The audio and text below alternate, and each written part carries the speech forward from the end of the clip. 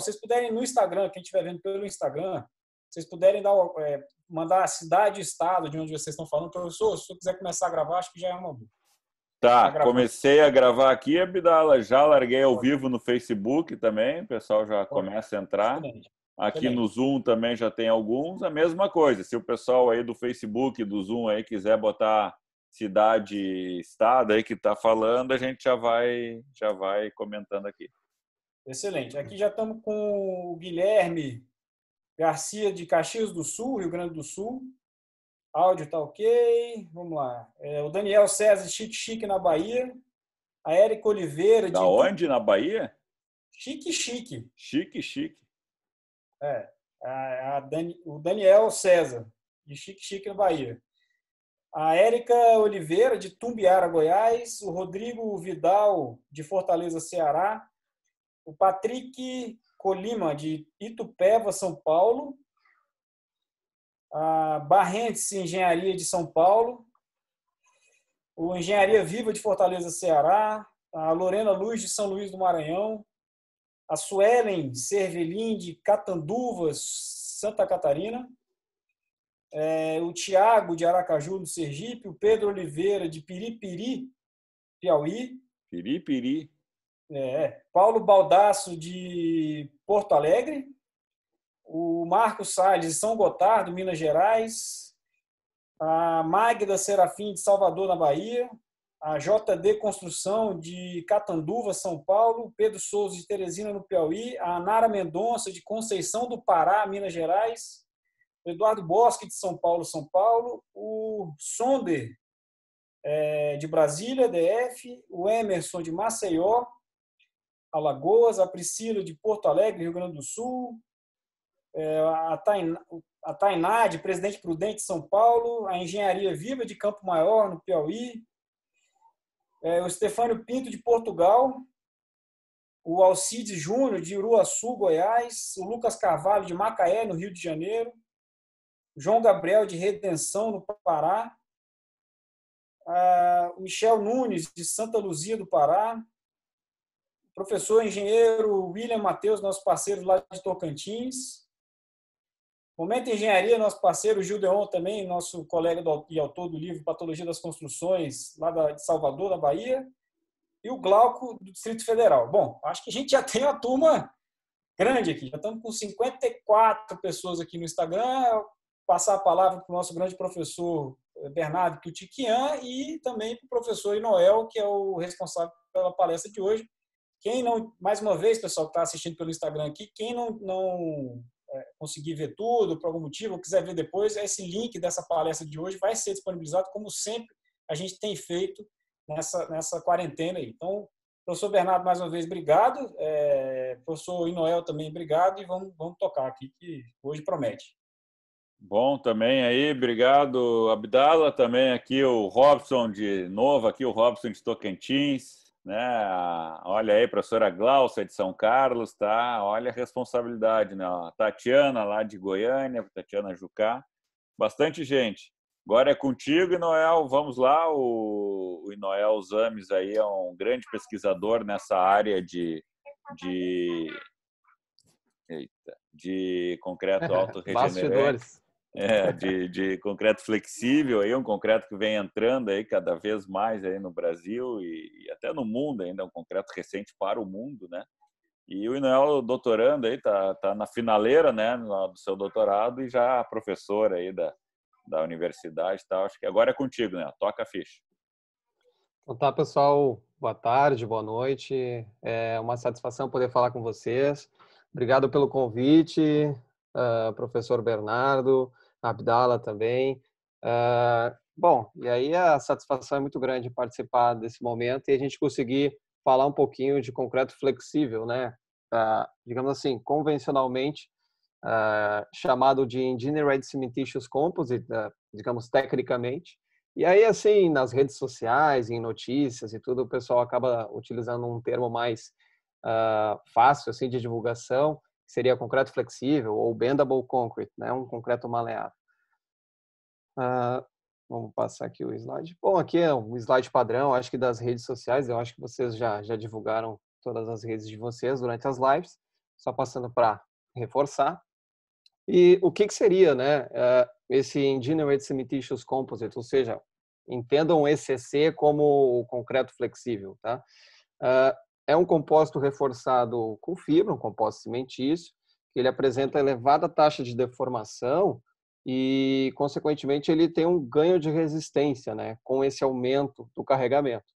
A gente consegue ver aqui uma imagem bem característica, né? Essa imagem ela é praticamente muito divulgada em todas as redes para mostrar, digamos, a ousadia que esse composto consegue atingir, né?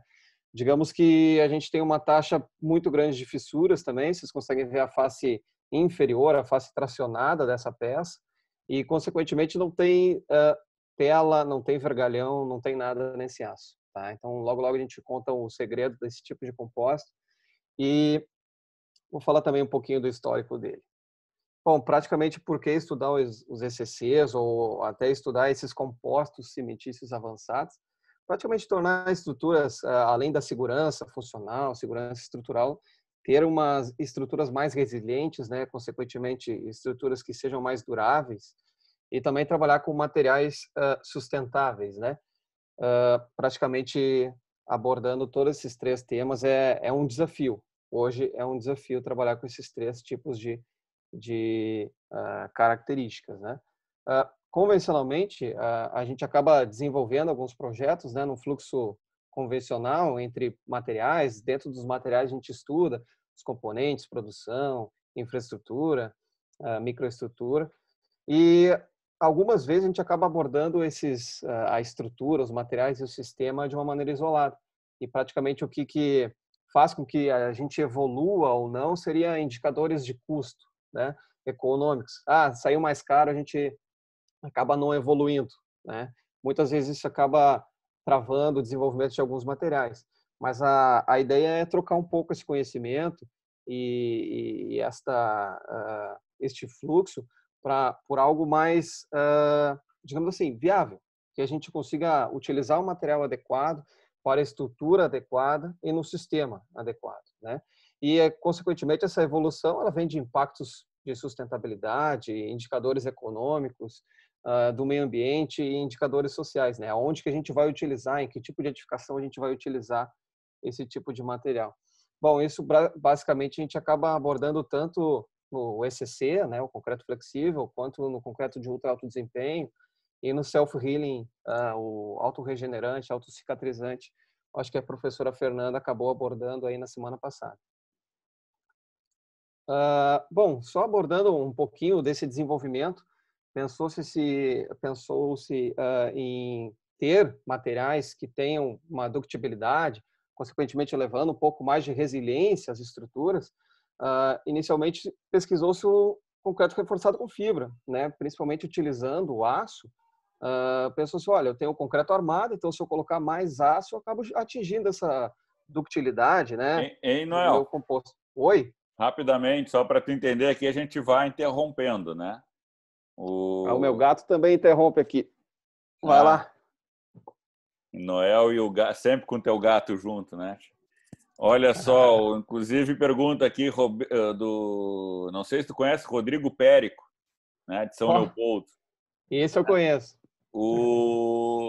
Qual é a principal utilização? Qual é o campo que tu vislumbra para o ECC? Onde que eu poderia utilizar em obras com vantagens, etc. Tu está mostrando aí as características iniciais e tal, e agora mostrando como chega lá, e provavelmente vai chegar a isso, mas já adiantando um pouquinho, onde que eu uso, qual é o campo que tu enxerga assim, majoritário de aplicação desse compósito?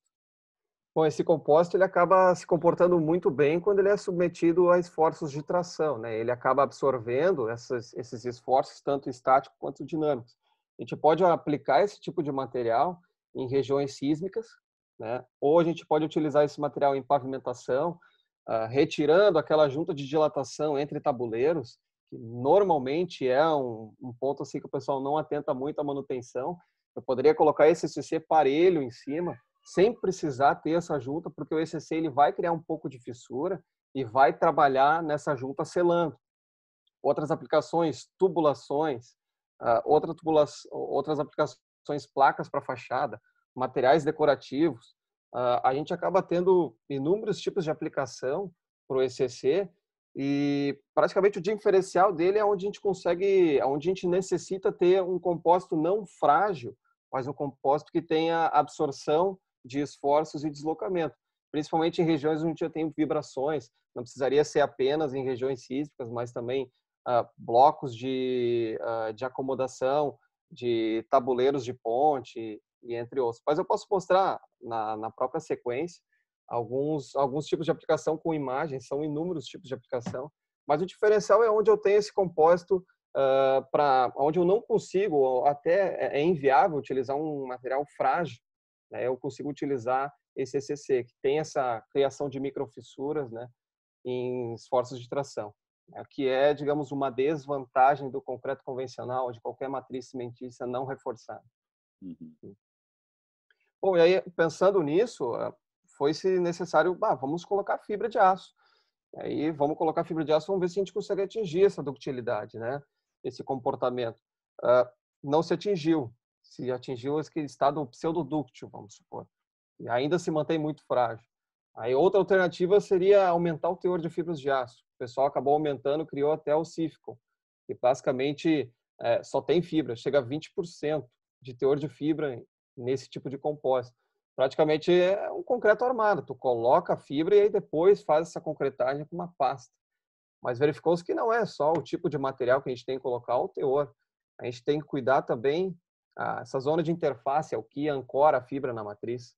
Qual que seria a propriedade da fibra? Será que eu preciso de uma fibra extremamente rígida para me dar esse tipo de deformação? A gente consegue ver que praticamente esses concretos reforçados com fibra de aço, eles conseguem atingir elevados fatores de tenacidade e resistência à tração, mas vocês conseguem ver na imagem aqui embaixo que a fibra sai limpa, né? Então, eu tenho uma fibra que tem uma resistência à tração muito alta, é um reforço nobre, mas que ele não consegue exercer todo o seu potencial porque a interface entre fibra e matriz não é tão interessante. Por isso que muitas vezes eles acabam utilizando fibras corrugadas para melhorar um pouco esse tipo de comportamento. Mas já no ECC a gente acaba trabalhando com fibras que podem interagir um pouco mais com a matriz, né? A exemplo da fibra de PVA, que melhoram essa ancoragem, né? Essa interface. Bom, praticamente concreto convencional, rompimento frágil, concreto reforçado com fibra, a gente pode ter um comportamento pseudodúctil, né? Mas a gente perde a resistência a gente acaba perdendo tensão ao longo digamos, da deformação. E já o ECC ou outro tipo de composto avançado que se encaixe no quadro do flexível, a gente acaba aumentando a resistência à tração, tenacidade em si por nucleação de microfissuras. Então, a peça vai se alongando e vai se abrindo essas microfissuras e a gente até vai ganhando resistência à tração e combatendo todos esses esforços, né? Só pegando esse gráfico um pouco mais, digamos assim, didático e simplificado, mas aqui a gente acaba mostrando o ECC é essa curvinha em preto, a gente acaba tendo esses picos que seriam as formações das fissuras, né? Eu vou carregando cada vez mais meu material vai se deformando, vai se comportando de uma maneira, digamos assim, vai se alongando, e aí a gente acaba criando essas diversas microfissuras que aqui estão, já no concreto reforçado com fibra, até pela quantidade de teor e até o tipo de reforço normalmente utilizado, a gente acaba tendo algumas fissuras, bem menos, mas a gente não consegue atingir, digamos, esses patamares de deformação, né, quando a gente tem um ECC. Tá? Só mostrando um videozinho bem rápido, vou passando ele para frente, mas vocês conseguem ver que aqui na direita a gente tem a curva, né, carregamento, resistência à tração, na flexão e o deslocamento. E aí a gente vai vendo aqui a formação, o ganho de resistência e a formação de fissuras. A gente já começa a ter algumas fissuras porque a matriz já sofreu a ruptura. Então, começam as fibras a agirem. E eu tenho inúmeras fibras e fissuras sendo acionadas e criadas até que eu vou chegar na ruptura. E vocês conseguem ver essas quedas, né, de força, porque é justamente onde eu tenho, digamos, a formação de uma nova fissura ou a ruptura de alguma fibra e por aí vai. Legal, e aí a gente acaba... Legal tua animação aí, hein? E aí a gente acaba tendo esse tipo de comportamento, né? Então, o que leva a esse tipo de deflexão é que a gente vai alongando esse tipo de fibra nas fissuras, e aí praticamente a soma da espessura de cada fissura, vamos supor assim, vai me dar, digamos, o alongamento dessa base tracionada. Isso aqui é tração na flexão. Se fosse tração direta, essas fissuras não estariam dessa maneira, estariam em toda a seção, e a gente teria um alongamento parecido, mas aqui a gente acaba tendo a influência da inércia da peça. Bom, o que seria, né? A gente acaba tendo as fibras, né? E o que me dá essa garantia de ter uma deflexão interessante é essa energia que cada fibra colabora, né? E aqui a energia da matriz, praticamente essa energia a gente desconsidera. E aí, quando a matriz fissura, a gente acaba tendo o acionamento das fissuras, o acionamento das fibras. Tá? As fibras só vão ser acionadas quando eu tenho a ruptura da matriz. Tá? Bernardo, só fazendo uma introdução muito rápida, porque senão fica um assunto muito perdido, sabe? Claro. Bom, aqui, em concreto sem fibras, a gente tem as linhas de tensão, e aqui mostra praticamente a ideia de propagação de uma fissura numa matriz frágil, né? Se a gente tem uma redução na seção, a gente tem um acúmulo de tensões. Se eu mantenho a carga, né, eu tenho um acúmulo de tensões lá na ponta da fissura. Consequentemente, isso aí vai favorecer a propagação dela. Tá? Isso serve para concretos com fibra e serve para concretos flexíveis. É o mesmo procedimento. A gente vai ter essas linhas de tensão e se eu tenho algumas fibras aqui na região, elas vão pegar as tensões que vêm da esquerda e vão passar para a direita. Ou seja, eu não vou mais ter aquele acúmulo de tensões que eu tenho na ponta da fissura. Voltando no slide, aqui vocês veem um acúmulo de tensões. Então, eu vou aumentando a força aqui e a área vai diminuindo cada vez mais, a área da seção. Consequentemente, vou exigindo cada vez mais do meu material. E as fibras atuam desta maneira, para eu diminuir a propagação das fissuras, né? Porque eu tenho menos tensões na extremidade dela. Bom, aqui eu vou mostrar um vídeo para vocês, que seria o alongamento das fibras poliméricas, né, dentro do ECC. Então, imagina aqui, mostrando a atuação mesmo dessa ponte de transferência. Eu tenho tensões vindo de cima e elas estão passando pelo... É feito por ti, não? Então, esse filme aí é feito pelo Lee. Pelo Lee. Pelo Lee. Então, é a linha de pesquisa do Lee e do Hanad também. Então, a gente tem tensões que passam de cima para baixo e vão alongando a fibra, né? Então, eu tenho esse tipo de comportamento. É interessante que eu tenha essas fibras poliméricas no ECC, porque eu consigo ter esse alongamento. Se fosse uma fibra metálica, vamos voltar um pouquinho, se fosse uma fibra metálica, ela é tão rígida que ela não ia se deformar dessa maneira e ia levar todo esse carregamento lá para a zona de transição, lá na zona de interface entre matriz e fibra metálica. E aí o que acontece? Eu arranco, porque eu até eu romper uma fibra metálica, eu preciso passar de 1.800 megapascal.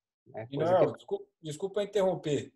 Mas qual o material dessa fibra? Eu perdi essa. Eu posso ter fibras de PVA, tá? PVA. Que é um polímero. Eu posso ter fibras de polietileno, posso ter fibras de poliéster. E a gente está testando, digamos, outros tipos de fibra. Até para justificar um pouco mais a aplicação desse material, porque ele é um material ainda muito caro. Tá? A gente vai falar logo na sequência. Mas eu tenho alguns tipos de fibra que eu posso utilizar. A ideia é que a fibra não seja rígida, né? Que ela faça com que eu tenha esse tipo de deformação. E se ela for muito... é tida como rígida? Oi? A metálica é tida como rígida? Sim, ela é uma fibra mais rígida. Ela é mais resistente, é um reforço nobre, mas para o ECC eu não quero uma fibra tão rígida assim. Eu quero que eu acabe tendo uma distribuição melhor assim dos esforços. E eu não tenho esse arrancamento da fibra, né? Aqui vocês conseguem ver que eu rompo a fibra. Deixa eu ver se mostra um pouquinho. Aqui as fibras estão rompendo. Então, elas não estão escorregando do concreto, elas estão rompendo. Ou seja, eu estou levando ao máximo assim, a capacidade desse material, desse reforço, na verdade. E aí, alguma pergunta, né? Será que eu quero esse tipo de deformação na minha estrutura? Não, com certeza eu não quero esse tipo de deformação na minha estrutura. Até porque a gente tem a 6118 lá que fala de flechas, né? Principalmente para análise visual, né? Eu não quero que o meu usuário, por mais que resista essa peça, veja a viga fletindo dessa maneira. Mas essa é uma maneira, digamos assim, mais didática de mostrar que esse cara aqui tem um alto poder de deformação, tá? E ainda assim, uma resistência adequada. Notem que ele é concreto, flexível, mas na verdade ele não tem agregado graúdo, porque o agregado graúdo ele diminuiria, digamos, o potencial de deformação dele, porque eu vou ter um elemento muito rígido ali dentro, tá? Então, no ECC, a gente não utiliza agregado graúdo, tá? A gente utiliza até agregados muito próximos da granulometria que o pessoal do HPC usa, o concreto de ultra alto desempenho, tá? Mas a ideia não é ter um fator de empacotamento tão alto assim, como o professor Roberto acho mostrou em outras lives, né? E outra questão que influencia um monte é a inércia da peça, né? Principalmente se eu vou trabalhar a flexão. Então, se eu tiver uma peça que seja mais elevada, mais alta, uma inércia maior, ela não vai fletir dessa maneira. Então, praticamente, o que eu preciso é trabalhar com aquele comportamento, aquele gráfico, aquela resistência à tração, a tensão à tração, eu vou ganhando e vou tendo o alongamento da peça. Tá? Esta aqui é algo para ser mais, digamos assim, visual, mais didático. Tem algumas propriedades que a gente acaba trabalhando, né, com ECC. A gente pode atingir resistências até 95 megapascal. Então, imagina um composto que acaba deformando desta maneira aqui, atingindo deflexões nessa magnitude e resistência à compressão de 95 megapascal, 90 megapascal. Resistência à tração à flexão, nós estamos falando de 12 megapascal. Resistência à tração direta, 10, pode chegar até 30. Então, são algumas classificações que a gente tem, mas o que é interessante também ressaltar é no modo de elasticidade. O modo de elasticidade do ECC ele é mais baixo. Ele não é um material extremamente rígido, porque eu tenho uma quantidade de fibra polimérica muito alta ali dentro. Praticamente são vazios que eu tenho no meu composto. E aqui alguns tipos de classificação que eu posso ter. O ECC leve, que pesa menos de 1 tonelada por metro cúbico. Eu posso ter o ECC com PVA e diferentes tipos de fibra, o autorregenerante, autocicatrizante, que a gente já vai falar, e diferentes tipos de aplicações, né, para extrusão, o ECC verde, mais sustentável, com menor consumo de cimento, autodensável. Então, a gente acaba abrindo um pouco o leque aí do ECC.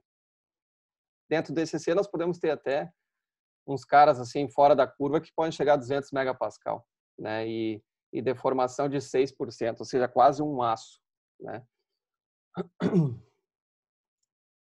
E aqui um videozinho bem rápido para mostrar um ensaio de resistência à tração, também retirado do Lee, tá? A gente acaba tendo esse aumento, puxando essa peça e ele vai acabar tracionando aqui o material. Até peço um pouco de desculpa porque eu não trouxe todos os meus vídeos, porque eles não têm a qualidade, digamos assim, porque esse vídeo foi feito para isso, né? Os meus vídeos foram feitos para documentar alguns comportamentos, assim. Então fica um pouco aquém da qualidade aí visual. Então esse cara aqui também, aquela imagem que eu mostrei antes para vocês era minha, mas esse aqui é um vídeo simplesmente mostrando esse comportamento.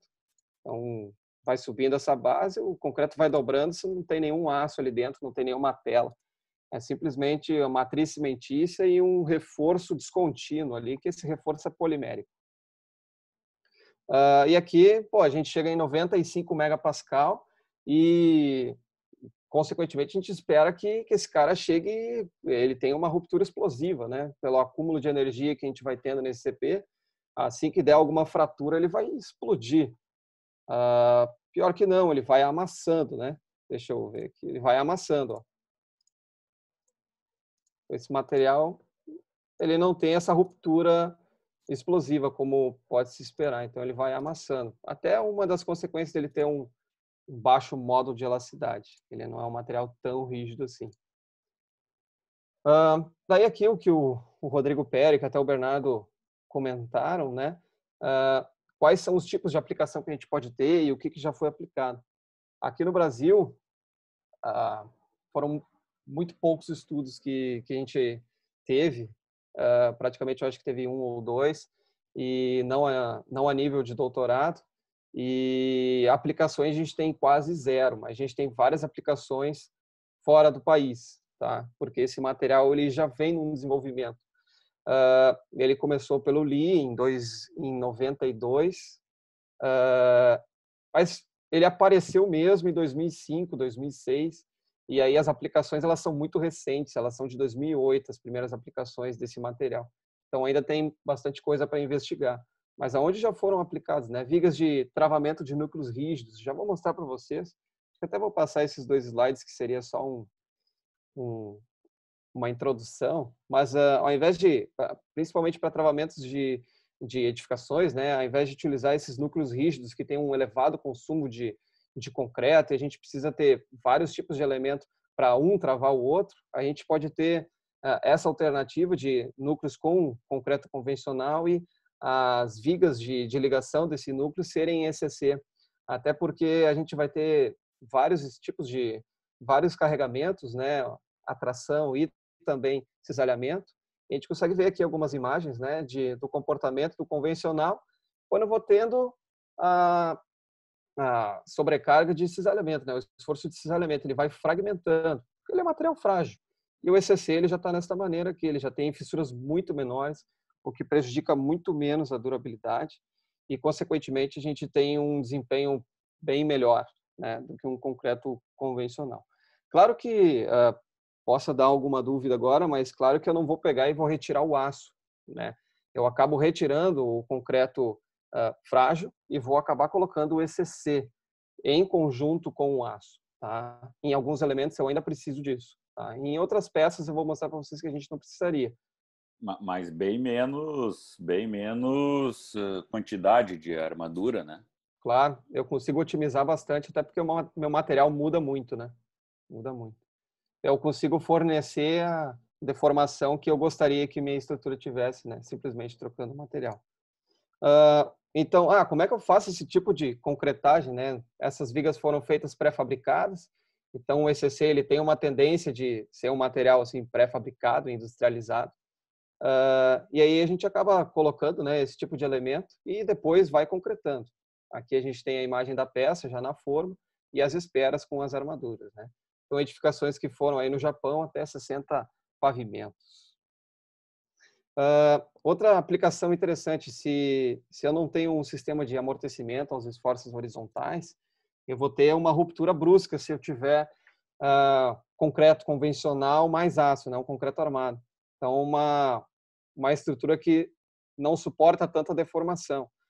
Então, aqui eu tenho uma ruptura de uma matriz frágil, num nó rígido, né? Eu tenho uma ruptura, digamos, repentina. Isso fazendo uma simulação de atividade sísmica. Eu poderia utilizar o ECC nesses nós, né, rígidos que eu tenho na estrutura. Se vocês derem uma olhadinha, aqui eu tenho uma perda considerável de seção no concreto convencional, e aqui eu troco o concreto convencional e coloco o ECC. Então, o ECC ele vai me dar todas essas fissuras aqui, mas eu ainda vou manter uma seção resistente aqui para suportar, digamos assim, esses esforços, né? Claro que depois disso aqui eu condeno, né, a minha estrutura, mas ela não cai daquela maneira ali. Eu posso otimizar nos meus sistemas de amortecimento, meus aparelhos de amortecimento. Também para painéis, né, painéis pré-fabricados, eu posso ter um isolante térmico e aí simplesmente aplicar o ECC entre esses dois, porque eu tenho uma retração, digamos, baixa, tá? E eu vou ter um alto teor de fibras e, consequentemente, um potencial de fissuração baixa bastante, né? Se eu for aplicar em fachadas. Aqui pode ser utilizado em materiais de revestimento, claro que é um material bem nobre, né? Para esse tipo de coisa, mas eu posso ter também para material de reparo, né?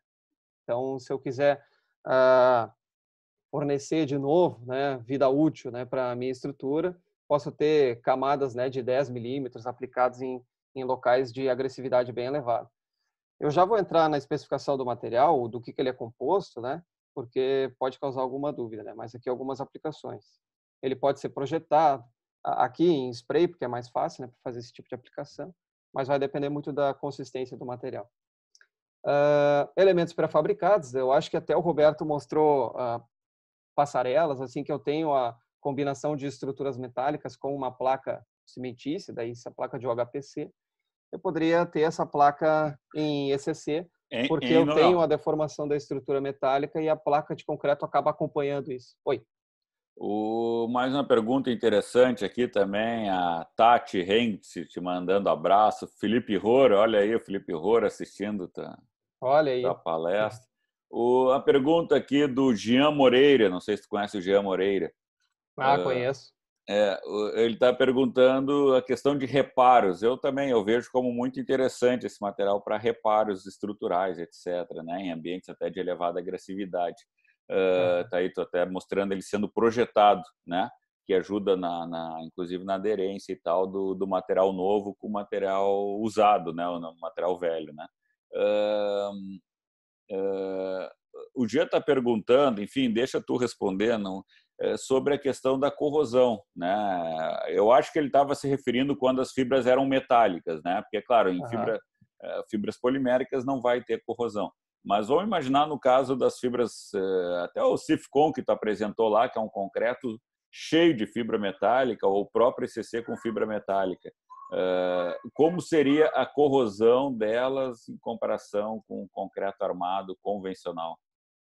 Isso se eu estiver trabalhando com concreto reforçado com fibra de aço. Isso? De aço, né? A de aço, porque a polimérica, acho que vale a pena tu dar uma explicada aí. A polimérica, para nós é óbvio, mas de repente expliquei com mais calma aí até para o Jean, não vai ter corrosão, né?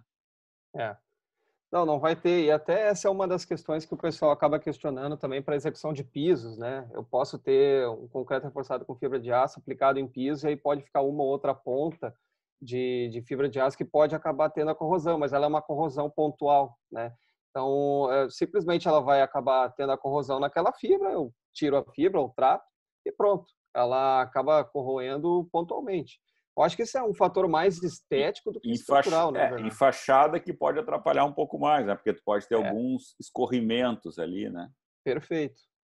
Então, se eu for trabalhar com placa de fachada, é muito interessante eu trabalhar com fibras poliméricas, né? E aí, se tu for trabalhar com fibras poliméricas e dependendo o tipo de deformação, o tipo de característica que tu precisa, talvez o ECC ele combine muito bem, assim, com o que tu vai fazer, né? E o próprio Rodrigo faz mais uma pergunta aqui, o Rodrigo Périco, né? Ele tá cheio de perguntas. Não tem cota, né, de pergunta. O Rodrigo vai perguntando, né? Não, ainda mais que as perguntas deles são muito boas, excelentes, né?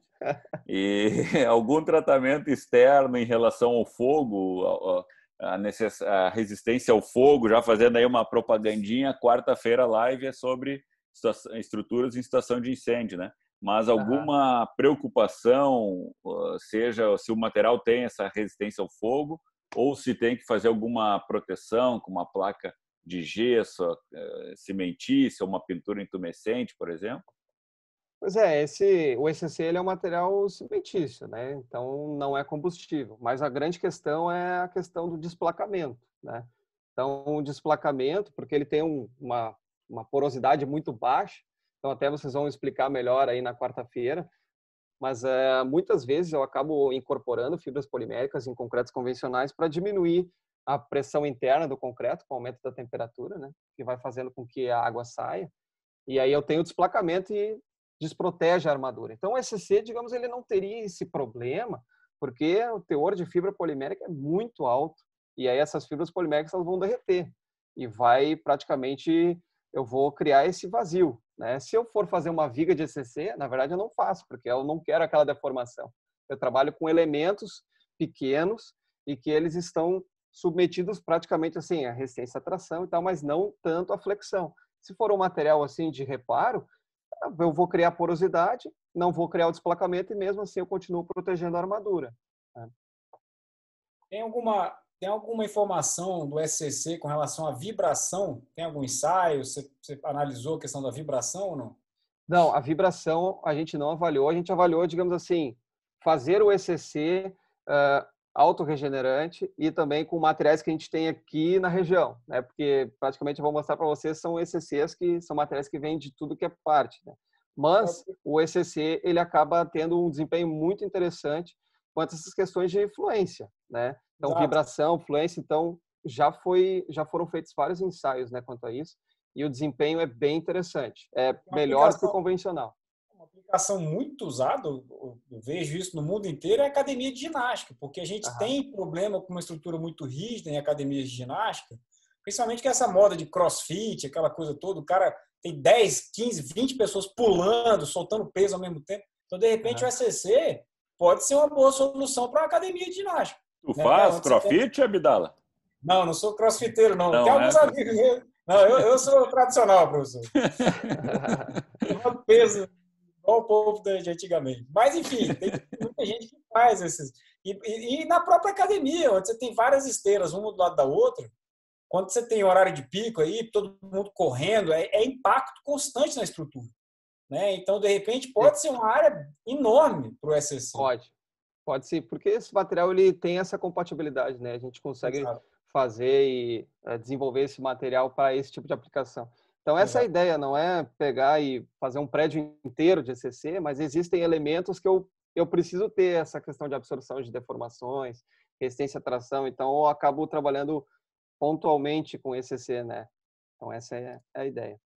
Bom, aqui, como a gente já tinha comentado, é aqui o exemplo que eu tinha dado digamos, das juntas, né, entre tabuleiros. Eu até fiz o curso de inspetor de pontes com o Ibracon e praticamente todas as manifestações patológicas estão relacionadas à falta de manutenção nesse tipo de elemento, né, junta de dilatação. Então, se eu tenho aqui, eu consigo ter a infiltração de água, eu vou ter praticamente o desgaste muito grande dessa área aqui do tabuleiro e do pavimento. Consequentemente, eu posso utilizar o ECC para essas áreas, porque ele resiste muito bem aos esforços de tração e a essas movimentações térmicas que eu posso ter da estrutura.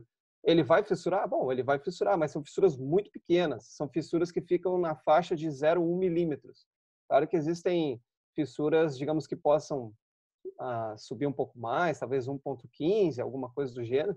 Mas como, digamos, uma medida preventiva, né, a gente poderia colocar um papel embaixo, né, e fazer com que essa água saia de outra maneira.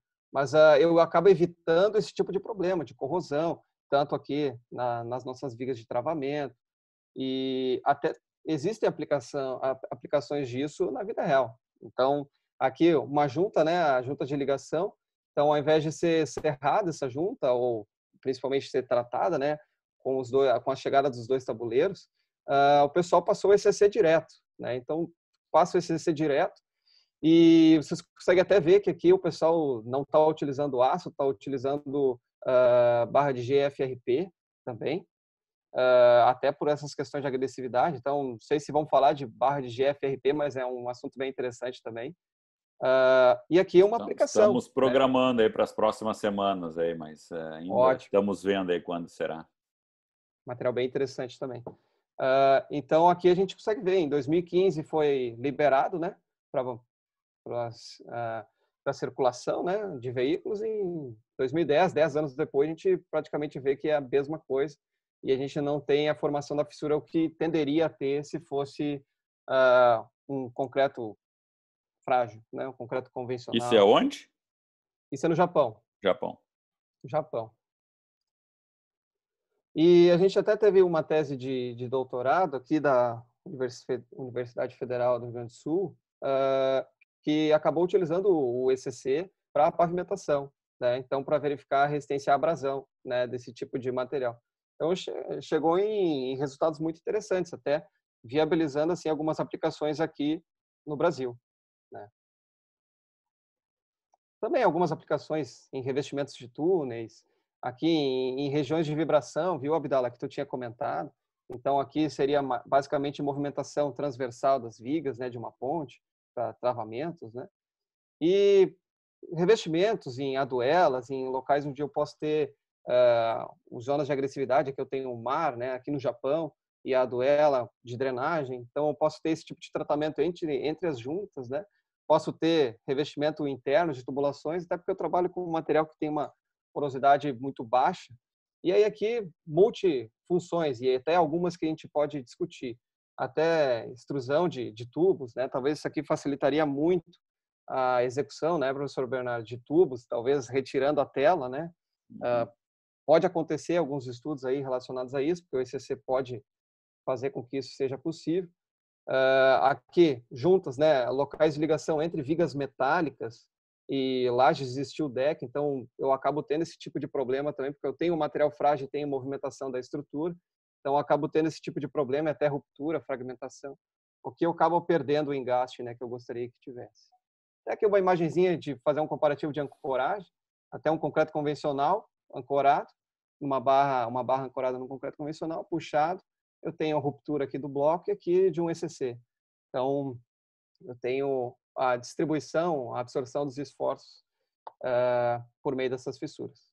O que eu teria, né, desse ECC? Parece ser um material, digamos, muito tecnológico, mas na verdade eu tenho cimento, pozzolanas, areia fina, fibras e aditivos. Nada, digamos, extraordinário. Mas o que acaba tendo uma diferença, assim, no comportamento de uma argamassa ou de um concreto convencional para o ECC seria a escolha das fibras e o que tu vai fazer, quais são os teores que tu vai utilizar dessas fibras. Aqui alguns traços, né, em massa, e as fibras a gente acaba utilizando em volume, adotando em volume, mas dei uma olhadinha, a gente tem um consumo de pozzolana, aqui cinza volante, e material fino. Os consumos de cimento são elevados aqui também, a gente chega na casa dos 500, 550 quilos por metro cúbico de cimento, e a gente tem um consumo muito grande de pozzolanas também, tá? Com relação ao aguacimento, fica nessa faixa. Aí a gente pode diminuir esse tipo de aguacimento adotando mais superplastificante, daí vai da aplicação. E até mostrando por que a gente acaba também utilizando mais fibras poliméricas, porque a gente, por uma mesma porcentagem, né, de volume, a gente acaba tendo muito mais fibras do que, digamos, uma fibra metálica, vamos supor, porque ela pesa mais. Então, a gente, aquela comparação de um quilo de pena, 1 quilo de aço, os dois pesam a mesma coisa, mas o volume é completamente diferente, né, o que a gente acaba trabalhando. Aqui, basicamente, qual seria a fluidez, né, da minha pasta, da minha argamassa cimentícia. Aqui é uma aplicação do ECC com algumas fibras curtas, né? Ele pode ser autodensável, então simplesmente sem nenhuma aonde vibração. É isso, não? Esse aqui é no ITT Performance, esse aqui sou esse eu. é nosso, aqui do esse é lado. tu. Tá. Isso aí, então, essa era até uma pergunta que eu ia te fazer, quando tu usa em estrutura mista com armadura junto, como que seria a concretagem, a passagem dessas fibras por uma armadura ali e tal. Então, dá para ver no teu vídeo que, enfim, que flui facilmente as... Tá, né? sim. Trabalhando com a matriz, assim, de uma maneira adequada, a gente consegue atingir isso. Aqui só, pegando também outro tipo de consistência que a gente pode ter, essa aqui é uma consistência não tão fluida assim, mas mais pastosa, mais viscosa, mas vai depender do tipo de traço que tu vai utilizar. Aqui vocês conseguem ver que a fibra muda também, a fibra é um pouquinho maior, aquela fibra de antes era uma fibra de 6 milímetros, essa fibra aqui é de 12 milímetros. Então a escolha da fibra impacta bastante, assim, tanto no comportamento no estado fresco quanto no estado endurecido do meu ECC. Custo? Bom, gira em torno de R$ 2.300, né, o ECC, e deste montante aqui a gente acaba desembolsando cerca de 60% a 70%, né, no tipo de fibra que é muito utilizada, que é fibra de PVA. A gente acaba gastando aí R$ 1.600 por metro cúbico só em fibra. Isso é algo praticamente inviável para a gente aplicar, digamos assim, de uma maneira grandiosa, né? Então, Caro, um hein? dos desafios... Oi, fala, Bidan. Caro, Caro, né? caro. Bem Porque caro. a gente tem cimento cinza volante ou uma silicativa, algo do gênero, né? Mas e areia? Aí a fibra ela acaba consumindo muito, né? Mas também tu não vai aplicar nos mesmos volumes que o concreto armado tradicional, né? Então, comparar metro cúbico não é a melhor comparação, né? Tu tem que comparar custo de estrutura, né? Claro, com certeza. Uma academia eu aplicaria, mas não por 2.300. 2.300, o concreto convencional está o quê? 400? 300, 350. 300, mas claro, aqui também tem no concreto convencional também tu teria mais armadura para somar, né? E aqui com as fibras e tal, mas enfim, ainda é caro. Claro, é um material que tem um custo direto bem elevado, mas é que nem o professor Bernardo comentou, eu não vou substituir o concreto convencional da estrutura inteira e botar ECC, né? Então, até tem regiões que eu não precisaria. Mas daí um dos desafios é tentar baixar esse custo aqui, né? Daí até é uma das questões que a gente está trabalhando na pesquisa, né? Eu e o professor Bernardo, é utilizar outras fibras para que eu consiga, outras fibras, digamos, até resíduos e fibras nacionais, para a gente conseguir fazer e atingir, né, os patamares do ECC. PVA Aqui é no tão Brasil. caro por quê, Inoue? PVA Oi, não tipo de plástico? PVA? PVA é um polímero. É um polímero. Por que ele É, é tão caro assim, será? que esse tipo de polímero ele é utilizado até em naves espaciais. Ah, É diferente. O negócio é um pouco diferente. Mas a diferença, assim, da fibra de PVA, que ela tem hidróxidos na sua composição e esses hidróxidos acabam se ligando com o CaOH da pasta. E aí ele acaba criando uma ligação química ali, não é simplesmente física, porque eu não tenho como fazer essa fibra polimérica corrugada, coisa que eu consigo fazer no aço, né? Então eu acabo adotando medidas químicas, né? E nós também Poliéster, não temos produção nacional de PVA, né, Abdala? não Então tem. toda essa fibra é importada, Eu né? conheço Então, só uma empresa no mundo que faz fibra de PVA. Aí talvez seja uma explicação ainda. é. depois vocês podiam inventar uma fibra de nióbio, já que tanto se fala que o Brasil só tem nióbio no Brasil, só tem nióbio É, no Brasil, coloca a fibra de nióbio e faz esse negócio rodar. e a grande vantagem da fibra de PVA é isso que o Noel falou, ou seja, traduzindo aí numa linguagem um pouco mais leiga, a fibra de PVA é a única que reage quimicamente com a matriz, né? As outras fibras ficam ali no meio da matriz e tal, ancoradas. A fibra de PVA reage, ou seja, ela se combina quimicamente, né? E aí a É, adesão é fantástica, né? é.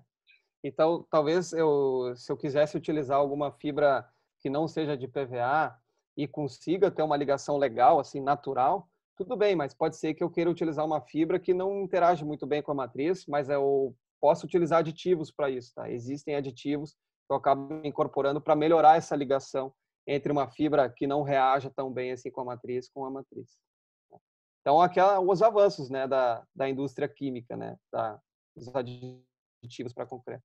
Até acompanhei numa live de vocês que seria até interessante falar de aditivos, né? Então, é uma região o mercado aí que cresceu bastante. Então, aqui, trabalhar com outros teores também, né? Isso a gente estava falando de R$ 2.300 por metro cúbico se a gente utilizasse 26 quilos de fibra, né? Por metro cúbico, que é normalmente uma base utilizada, né? No ECC. Então, aí entram várias perguntas. Por que a gente não pode diminuir esse teor? Por que a gente não pode utilizar outras fibras? Então, basicamente, o start foi dado no ECC, né? Agora a gente acaba dando uma aprimorada e colocando na realidade, né? De cada país, de cada região. Aqui um exemplo de um gráfico de uma placa, de 4 placas submetidas à flexão.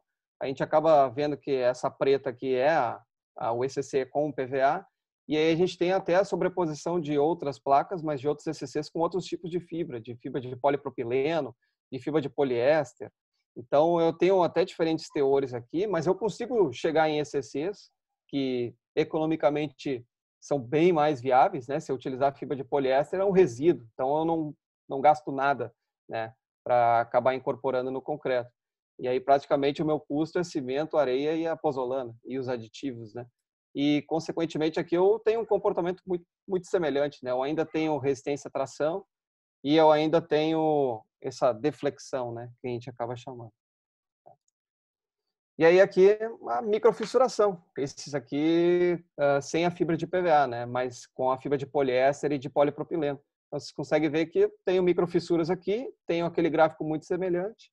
Então, eu poderia, semelhante, na verdade, até umas melhores, né? Aqui, se pegar essa laranja aqui, a gente tem uma resistência à tração aí de 8,5 megapascal, enquanto o PVA lá tinha 7,5. Claro que os teores mudam um pouco, mas eu consigo fazer um ECC mais econômico, né? E que tenha um desempenho até um pouco melhor. Isso aqui é projeto da tese do Ehrenbrink, né? Que sou eu.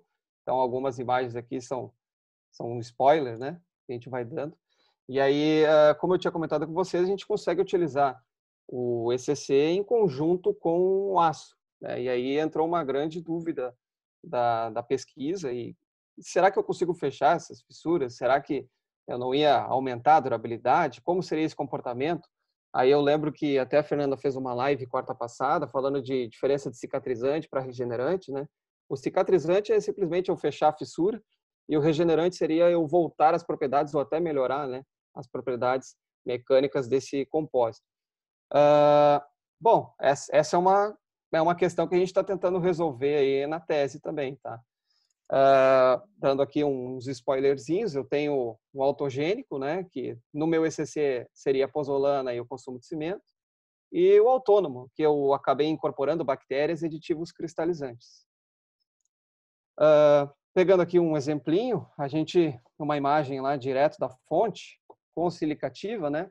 Então, a gente tem aqui uma fissura que tem em torno de 140 micron, né? 0,1, 0,14 milímetros, e aos 7 dias ela já está bem fechada, né? E aí a gente ainda tem aqui um aumento de 50 vezes para ver uma região, a gente consegue ver que ela está fechando bem. Bom, ela está cicatrizando. Aos 77 dias, a gente até consegue ver que ela vai fechando um pouco mais, né? Isso com a pozolana. Então, aqui, uma ampliação da imagem. São fissuras bem pequenas, né? E aí a gente acaba verificando que o potencial de cicatrização é alto. A gente cicatrizou toda a fissura. A gente não cicatrizou um ponto só. A gente cicatrizou toda a fissura, tá? E aí aqui com cristalizante. Até alguns chega a ser grosseria o que eles estão fazendo aqui, chega a transbordar, né, da fissura. Então, aqui a gente consegue ver o comportamento e até ampliando um pouco mais, a gente consegue ver o material transbordando e saindo da fissura, né? Essa fissura um pouco maior aqui que vocês conseguem ver. Em alguns pontos não fechou, mas isso a gente deixa para depois, para discutir. E aí aqui aos 77 dias, a gente ainda mantém o material aderido e a gente consegue ver que esse produto ele vem de fora, né? de dentro para fora. Passando um pouco mais para frente. E aqui algumas imagens aleatórias, assim, que acaba colocando como é o tipo de material que sai desse cristalizante, né? Então a gente aqui tem, inicialmente ele era incolor, e aí depois de 2 semanas ele acabou ficando branco, né? Principalmente pelos cristais. Então aqui a gente consegue ver essa marca, né? Mais incolor, mais transparente, a gente consegue ver essa transposição aqui nas fissuras e aqui até o transbordamento do material. Aqui algumas questões do potencial, né? De cicatrização. Então esse gráfico está um pouco mais complicado de entender, mas a ideia é da linha laranja, a gente ter a questão do comportamento, a abertura da fissura. Então, vocês conseguem ver que quanto maior a abertura da fissura, aqui, ó, pegando quase 220 micron, a gente tem um potencial de cicatrização baixo, a gente vai baixando. Então, se vocês pegarem assim fissuras menores, assim, ó, dentro da faixa mesmo, abaixo de 90 micron, que é representada aqui pela linha laranja, a gente chega em potencial de cicatrização, olha lá, de 80% a 100%. Isso é da fissura. Isso não é de um ponto da fissura, isso é de toda a fissura. Então, 80% provavelmente cicatrizou 2 paredes e faltou ainda uma listra para ser fechada. Oi? Por que tu acha que os ECC com PVA estão tendo maior cicatrização que os com poliéster ou até polipropileno? Aí que está a questão, porque eles acabam proporcionando fissuras ainda menores. As fissuras são ainda menores. A gente tem altas taxas de microfissuração no poliéster e no PP, só que a média das fissuras, da espessura das fissuras é um pouco maior. Então a gente consegue verificar aqui, ó, no PP, no poliéster, as fissuras elas são mais altas, são mais espessas, né?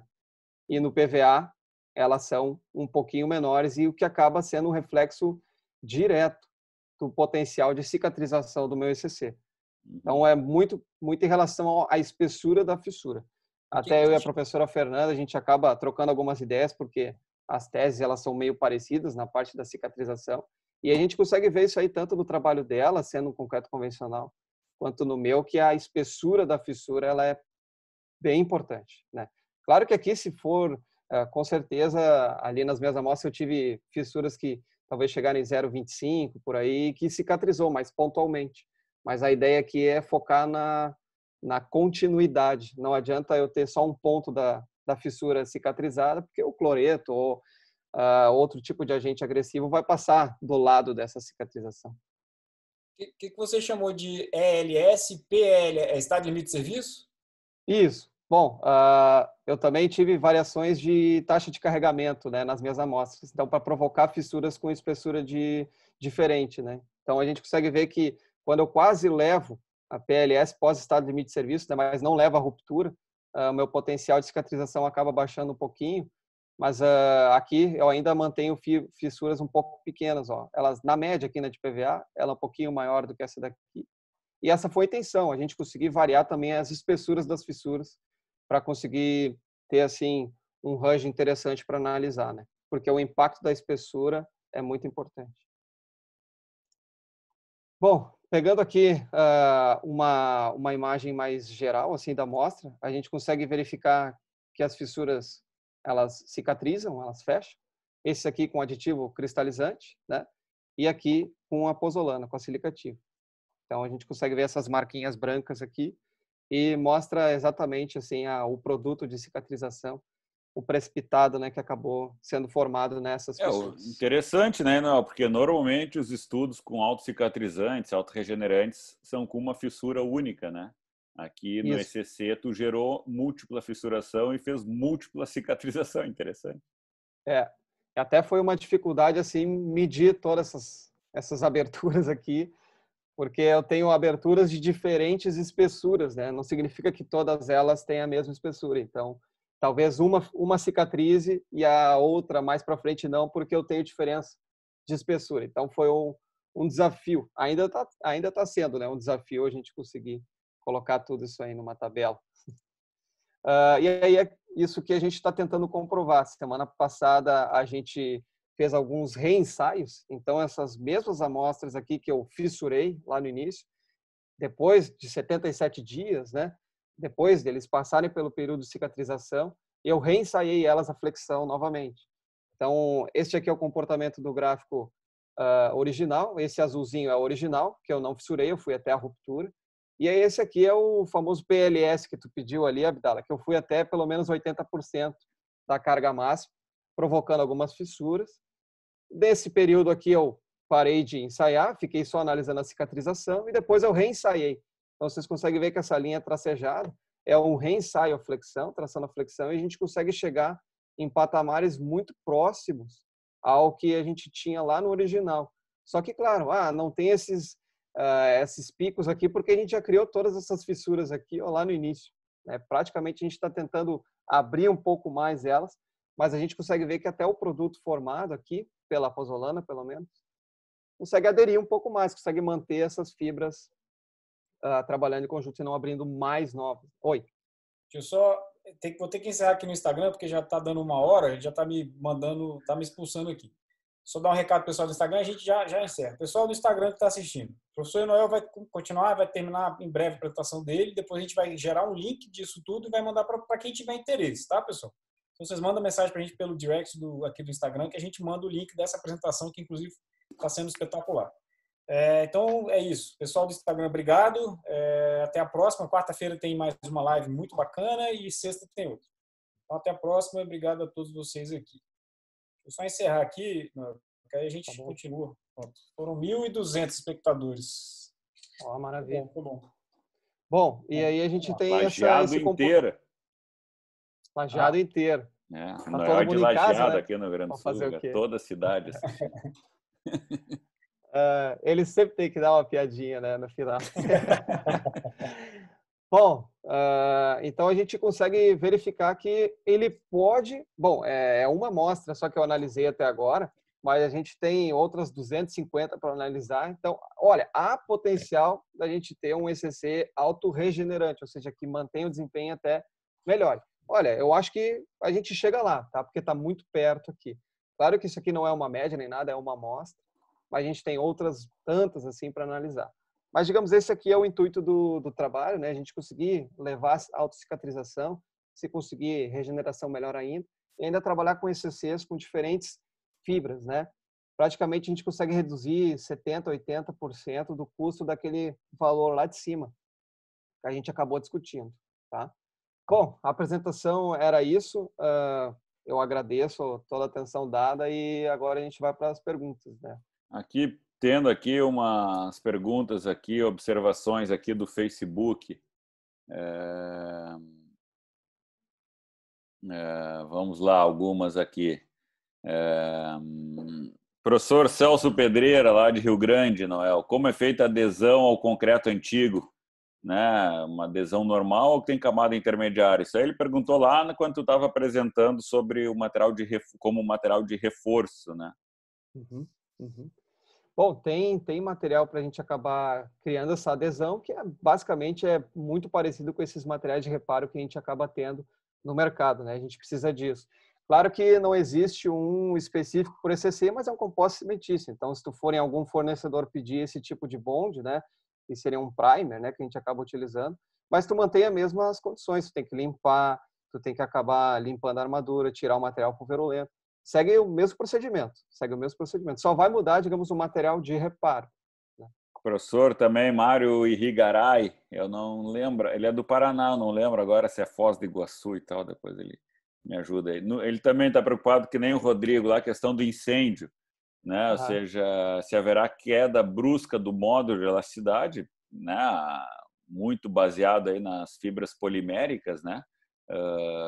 Então elas vão fundir em altas temperaturas, né? E como que aconteceria essa questão do incêndio? Até o Rodrigo já tinha perguntado se precisa de uma proteção externa e tal. Uhum. Bom, isso, porém, a gente está falando também de elementos submetidos à flexão, né? Praticamente a gente acaba tendo esse tipo de material, o ECC, ele já tem automaticamente um módulo de elasticidade baixo, né? Ele não perderia mais tanto porque a gente tem borracha lá dentro, né? Borracha que acaba absorvendo essas deformações. Então, simplesmente a gente não vai ter mais o poro submetido, preenchido por polímero, né? E vai estar um vazio. O módulo de elasticidade ele não vai ser tão impactado assim, porque a fibra ela não te proporciona alto módulo, né? Então, o teu módulo se mantém muito parecido. Basicamente, tu tem um material para proteger, né, a tua armadura e retirar aquela fragilidade que a gente tem no concreto. Tá bom. A professora Liana, não, a cabeça não ajuda mais, mas acho que é de Pelotas, se não falha a memória, é o Rio Grande. Acho que é da região lá. Os estudos no Brasil são utilizadas as fibras de polipropileno de 10 milímetros. Acho que os estudos que ela está falando, os estudos de ECC. Aqui a pessoa bota o comentário aqui e agora eu já não sei mais em que momento que ela botou, né? Tu devia estar falando de algum assunto. Os resultados ainda são inferiores aos de PVA, perfeito. Mas são promissores. Acho que o Inão mostrou bem isso aí e tal. O trabalho que apresentar sobre o pavimento era com PP e agregado graúdo. Aquele trabalho da URGS que tu apresentou era com fibra de polipropileno e com agregado graúdo. Né? Ela tá um comentário. Né? Claro. O Mário, fibra de polialcool? Sim, é o PVA, poliálcool vinílico. Sim, o PVA. Olha aqui quem fez a outra pergunta, seu Rodrigo Périco. Rodrigo Périco, cicatrização. E até boa pergunta, Rodrigo, muito boa. O Rodrigo hoje está. O Rodrigo está interagindo bem. Está interagindo bem. Junto com o Mário, aqui ele fez. Vou juntar aqui as perguntas dele. Cicatrização dos CPs em cura úmida, né, quando faz a autocicatrização e tal. Algum dado com umidade inferior, e o Mário complementa. Um dos problemas dos estudos ali de autocicatrização é que depende da permanente exposição de água, né? Eu não vejo isso como problema, porque fissurou, vai ter entrada de água, e se não tiver, não tem tanto problema, né? Mas, enfim. E também que tu tira a carga depois que tu gera a fissura. A gente gera a fissura, vamos assim chamar, artificialmente em laboratório. Tu gera a fissura e tira a carga. Numa estrutura real, imagino que é isso que ele está comentando, eu gero a fissura e continuo carregado, né? Então, será que esses estudos que a gente faz em laboratório são replicáveis na prática? Isso é uma grande pergunta e é uma lacuna da literatura, é verificar como funciona isso aí, digamos, na prática. Porque se eu for fechar essa fissura na vida real, vamos supor, no elemento em serviço, se ela fechar essa fissura, eu não sei se ela vai abrir de novo no mesmo lugar ou se ela vai abrir logo na sequência. Isso é uma lacuna que a gente acaba tendo. Mas até respondendo um pouco a questão do Rodrigo ali, do próprio Márcio, né? Que comentou. Mário, digamos que no meu doutorado eu estou trabalhando com 100% saturado e eu ainda estou promovendo molhagem e secagem. Tá? Então eu não acabei colocando tudo aqui, porque senão tá louco, ia perder a cabeça. Bom, mas a gente consegue ver que existe um potencial muito grande entre molhar e secar o CP, tá? E colocar ele, digamos, ter essa variação de umidade. Ele cicatriza, mas ele não cicatriza tanto, mas ele cicatriza. Ou seja, por que eu fiz isso? Para simular algumas aplicações na vida real. Porque em ponte vai ter chuva, depois vai secar, vai ter chuva, depois vai secar. Dentro de uma edificação não vai ter isso. Como é que vai acionar? Bom, aí são outras lacunas de pesquisa, né? A Fernanda comentou da carbonatação também. Então, são coisas que a gente vai tendo que descobrir, porque o material e até a cicatrização, dei sorte, né? Peguei um material totalmente inovador com ainda um estudo que tá em constante desenvolvimento, que é a cicatrização, né? Mas a gente acaba tendo várias perguntas dessas aí e que a gente tenta responder ao longo das pesquisas. Legal, legal. Bom, acho que podemos encerrando, né, Abdala? Até falando, a gente está gostando aí dessa modalidade aí do transmissão ao vivo no Facebook, Zoom, etc.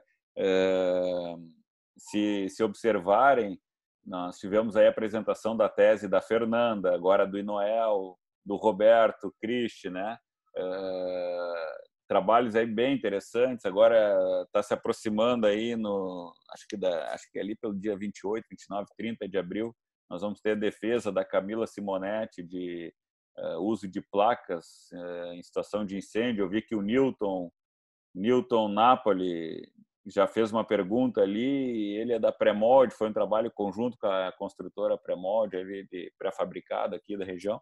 Nós vamos fazer essas defesas aí ao vivo no Facebook, né? Quem tem curiosidade de assistir uma defesa aí de tese, de doutorado, de dissertação de mestrado, vai ser ao vivo no Facebook, a apresentação, as perguntas. Já que a banca é pública, vamos publicizar, né? Não... sem querer fazer propaganda, mas já fazendo, a minha defesa de tese de doutorado aqui na Universidade de Brasília está no YouTube. Eu fiz a mesma coisa. Isso aí. E aí o pessoal assiste, comenta, é muito legal. Inclusive, iniciativa espetacular, parabéns. Vamos, Abdala aí, vamos ver se ele também transmite aí no Instagram dele, né? Nós vamos, na hora, claro. Vamos. E aí, claro, a única diferença é que é um pouco menos interativo, né? Uma defesa de tese e tal é mais para as pessoas assistirem, não é para ficar comentando. Podem comentar à vontade, só que aí a gente não vai ficar lendo e respondendo.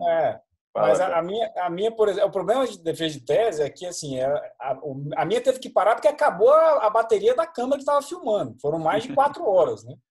Pode acontecer, né? Ainda mais quando está mais ou menos, né? Quando tem umas falhas e tal, né?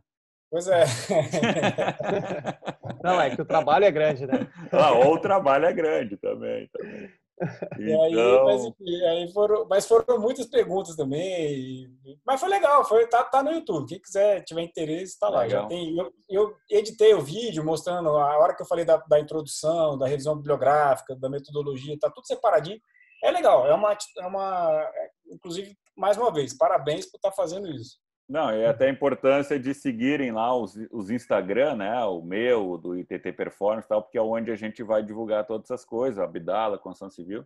E aí também, Abdala, só a gente falando das lives dessa semana, acho que quarta-feira é de segurança, estruturas em situação de incêndio, né? Sim. E até com a Vanessa, eu não vou saber o sobrenome dela, como é que é, né? O Kautzmann, né, lá do ITT Performance, também é mestranda, né? Sexta-feira é o Matheus Leone, né, sobre ensaios não destrutivos, né? Exato. E aí eu até acho que depois de sexta a gente vai dar uma descansada. Acho que a gente vai parar umas 2 semanas aí para pegar um pouco de fôlego aí e aí acho que lá por maio a gente vê como voltar, né? Porque agora também a vida começa a querer normalizar devagarinho, né? Sem muita pressão, sem muita, né? Mas enfim, eu vi aqui que o Renato chegou aqui, ó. Renato lá em Santa Catarina armou uma carreata lá, uma passeata, carreata, sei lá, o que ele está querendo abrir Santa Catarina lá. Enfim, vamos devagarinho voltando à vida ao normal, né? É isso aí. Obrigado, Inoel. Obrigado, Abdala. Abdala, faz o fechamento aí, fica à vontade. Não, mas achei que foi uma excelente apresentação, Noel, parabéns também, professor Bernardo mais uma vez, por tudo, né? Eu acho que essas palestras são sempre muito boas e está sendo cada vez mais requisitado por todo mundo. Então, trabalho exemplar. Eu sinto, assim, gostaria que na minha época de mestrado, doutorado, de graduação, que tivesse um professor Bernardo, um professor Inoel e um outro besta igual o seu Abdala aqui para passar alguma informação com esse grau de qualidade. Então é isso. Eu acho que parabéns e vamos para a próxima. Vamos tocando. Muito bom. Valeu. Bom, Obrigado, Emanuel. Muito bom, a agradecer também. Só tenho a agradecer a vocês. Obrigado pelo espaço também, por mostrar também um pouquinho do meu e nosso trabalho, né, Bernardo? E aí a gente está à disposição aí de vocês. Quando eu precisar falar de outros assuntos também, a gente vai lá. Vai lá e fala. fala. Tá bom. Maravilha. Até a próxima, Valeu. pessoal. Obrigado. Obrigado. Abraço. Tchau, tchau. Tchau, tchau.